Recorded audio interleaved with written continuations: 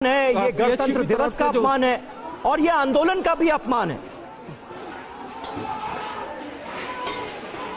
और ये तस्वीरें आप देखेंगे कि जो बिल्कुल आंदोलनकारी किसान थे, पब्लिक प्रॉपर्टी पीछे हट गए थे, जिन्हें खदेड़ दिया गया था, वो अब फिर हाथों में डंडा लेकर पत्थर चलाते हुए आग लगी आग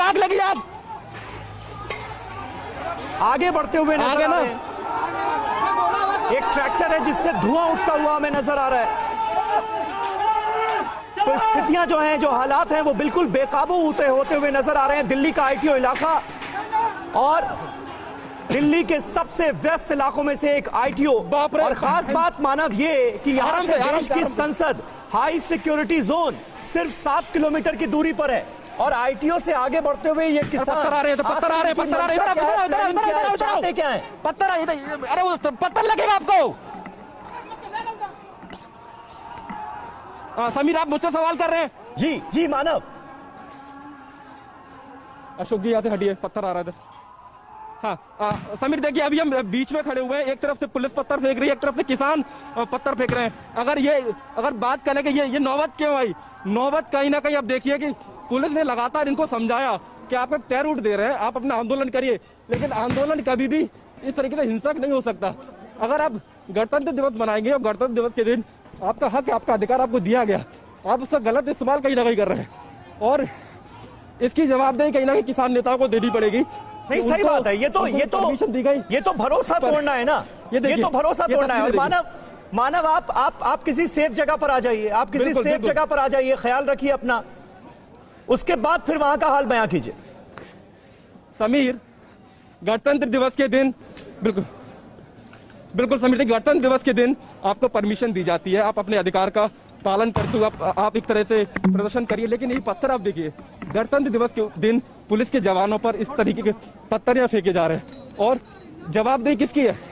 जवाबदेही किसकी है? किसान नेता कहाँ है?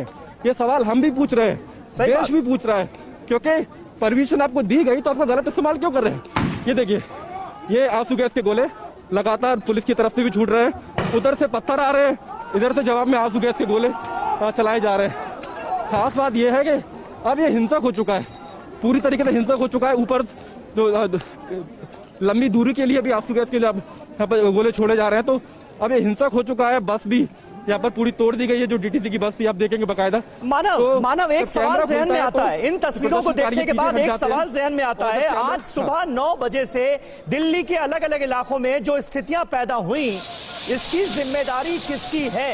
इस भरोसे को दिलाए जाने के बाद भी कि अगर आप 26 जनवरी को हमें ट्रैक्टर परेड की इजाजत देंगे तो किसी तरह की हिंसा नहीं होगी, ये भरोसा दिलाया गया था तमाम मीटिंग्स में दिल्ली पुलिस के अधिकारियों को। और उसके बाद आज जब ये तस्वीर सामने आ रही है तो किसान नेता कह रहे हैं कि हमें तो पता ही नहीं है, इसकी जानकारी नहीं। और थोड़ी देर पहले दिल्ली के अक्षरधाम मंदिर का जो इलाका है, वहां पर किस तरह की स्थितियां पैदा हुई, इसका अंदाजा आपको इन तस्वीरों से लगेगा। यहां पर भी पुलिस और प्रदर्शनकारियों के बीच जबरदस्त झड़प हुई है। प्रदर्शनकारी तय रूट के हिसाब से चलने के लिए तैयार नजर नहीं आए यहां पर भी, और उसके बाद पुलिस और प्रदर्शनकारियों के बीच झड़प हुई है। पहले से ही 3 रूट डिसाइड कर दिए गए थे कि आप इन 3 रूट्स पर राजपथ की परेड खत्म होने के बाद ट्रैक्टर मार्च निकालेंगे। किसानों ने यह भरोसा दिलाया था, किसान नेताओं ने यह आश्वासन दिया था कि किसी भी तरह की हिंसा नहीं होगी। भरोसा यह भी दिलाया गया था कि हम 26 जनवरी का गणतंत्र दिवस का जश्न मनाने के लिए दिल्ली आ रहे हैं, न कि इस दिन कोई विरोध प्रदर्शन होगा। उसके बावजूद भी मानव यादव, ऐसा कैसे हो गया कि सुबह 9 बजते ही अलग अलग बॉर्डर से हमने ये तस्वीरें देखी कि किसान दिल्ली की सीमा में न सिर्फ दाखिल हुए बल्कि जमकर हंगामा हुआ, बैरिकेडिंग तोड़ी गई। क्या जो कुछ इस वक्त हमें तस्वीरों में नजर आ रहा है उसकी प्लानिंग पहले से थी? ये सवाल है अहम।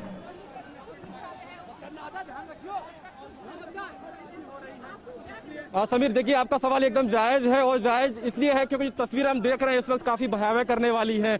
और किसान नेता, सबसे बड़ा सवाल है वो किसान नेता है कहाँ, और अगर ये पहले से प्लानिंग थी तो किसकी प्लानिंग थी? क्योंकि किसान नेता तो लगातार ये कह रहे थे कि हम किसी भी तरह की हिंसा नहीं करेंगे, हम कोई लाठी डंडे तलवार लेकर अपने साथ नहीं चलेंगे। लेकिन जो तस्वीरें हमने समीर आज यहाँ पर देखी है, जो किसान, उनको किसान कहें या आंदोलनकारी जो भी कह लीजिए, लेकिन उनके हाथों में हमने लाठी, डंडे, तलवारें सब कुछ देखा है। हिंसा करने के लिए जो चीजें इस्तेमाल की जाती है वो सारी चीजें इनके पास थी, और अगर उनकी जिम्मेदारी तय की जाएगी, किसान नेताओं से बात की जाएगी कि आखिर ये सब नौबत क्यों आई कि पूरी दिल्ली को अंदर इस तरीके से उग्र जो आंदोलन है वो देखना पड़ रहा है। आईटीओ का चौराहा, जो सबसे मेन चौराहा कहा जाता है दिल्ली में, अंदर घुसने। तो आखिर हिंसाना मार्गे जई રહ્યું છે આંદોલન। ખેડૂતો પથ્થરમારો કરી રહ્યા છે, લાકડી, દંડા અને સાથે તલવાર લઈને આવી પહોંચ્યા છે। આખરે શાંતિપૂર્ણ રીતે આ આંદોલન ચાલશે, ટ્રેક્ટર રેલી ચાલશે તેવું કહી રહ્યા હતા ખેડૂત આગેવાનો અને અગ્રણીઓ અને નેતાઓ, પરંતુ હવે આખરે તેઓ મૌન છે। પણ રાષ્ટ્રીય પર્વના દિવસે જ આખરે હિંસા ભડકી તે